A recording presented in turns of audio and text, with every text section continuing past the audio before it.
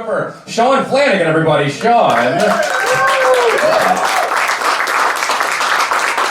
Thank you so much. I'm Sean Flanagan. Welcome, everybody. Give it up for your host. Really funny guy over there. What's going on? Here we go. I'm Sean. I'm a native New Yorker. I'm Irish American. And I'm a school teacher. Give it up if you like school. Nerds. Give it up if you like kids. Hey, that's weird. Do you have kids? You? Yeah, okay, that's okay, okay. How many kids do you have? One. Are they nice? Okay. Loves kids, loves kids. Anybody else love kids? Have kids? Sorta? 2 nephews. 2 nephews, okay. We got a qualified babysitter up here in the middle of the road if anybody wants to hire him. Let me see. Kids are hilarious. I teach kids. They're funny. They come in the classroom. They're like, yo, yo, yo, Sean, crazy dap, like in the NBA.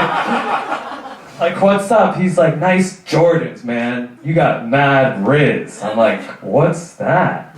He's like, oh, you know, funny, cool, crazy. I'm like, oh, like charisma. He's like, what's that? I'm like, actually, that's your mom's stripper name, so. Another time, this kid came in last Friday, and he was like, hey, Sean, I heard you do stand-up comedy. I was like, oh, yeah, how the hell did you hear that? He's like, I got my sources. I was like, all right, Pizzagate. He's like, do they pay you? I was like, well, funny, actually, no, not at all. He's like, oh my God, that's slavery. Glad that history class is going great. He's like, nothing? Absolutely nothing? I was like, well, sometimes you get a free soda or Coca-Cola or some free fries or something. He's like, free French fries? That's better than money. You could live off those. I'm like, I don't think that I can live off French fries. He's like, not with that attitude, you can't. I am Irish. I do like a good potato. Shout out if you like potatoes. I have a theory. I think I know why Irish food tastes so bland. It's because it tastes better than the famine. What is the difference between an Irish wedding and an Irish funeral? There's one less drunk at the funeral. I can do these jokes, I'm Irish. One time I was flying over to Ireland for a funeral, and you know, we're halfway through the flight. Pilot comes on over the loudspeaker, real cool guy, Irish accent. He says, alrighty folks, we're coming into Dublin in an hour and a half. There's a wee bit of turbulence. It'll be cloudy, it'll be shaky, but you're not gonna die today.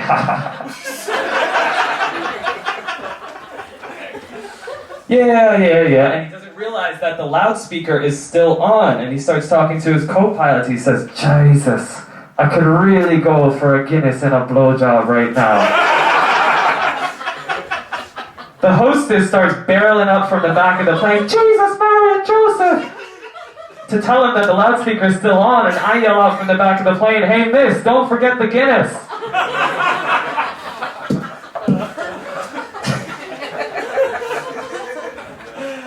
Love Irish people, love the Irish accent. It's easy to do. I'm going to teach you all how to do it right now. This requires a little bit of class participation. Are you ready? Yes.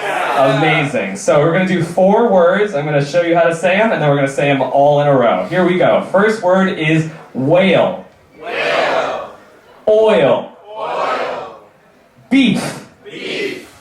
Hooked. Hooked. Now all in a row, here we go. Whale, oil, beef, hooked. That's what my great-granny said when she popped out 12 kids in the 1900s. Whale, oil, beef, hooked. Cheaper by the dozen, my arse. These bloody idiots. That's what they called idiots in rural Ireland in the 1900s. Idiots! Now we call them Gen Alpha. My great-granny's rolling over in her grave. Oh God, what else have I got to say to you guys? Irish Catholic, give it up if you're Catholic, give it up for Jesus.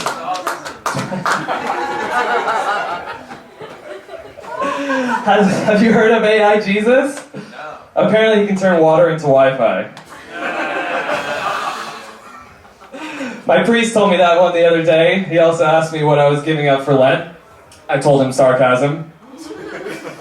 And strippers. Named Charisma.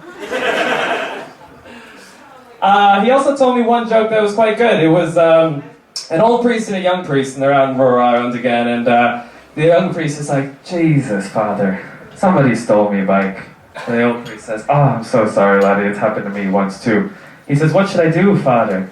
And he says, well, here's what you do. You go in on a Sunday Mass, and you go over the 10 commandments, right? And when you get to the one commandment that's all about, thou shalt not steal, someone will have a turn of conscience, and they'll come to you, and they'll tell you where they put your bike. He says, that's great, Father. Goes in on a Sunday Mass, runs through the whole thing, gets through the 10 commandments, and doesn't really pause on the thou shalt not steal. He gets out at the end, the older priest asks him, Jesus, son, what happened? You were supposed to find out where your bike went. He said, oh, I got to thou shalt not commit adultery, and I remembered where I left my bike. I think that's about it for me tonight, but you guys have been an awesome audience. Thank you so much. Happy to be here. Keep it going for your host, and next time coming up.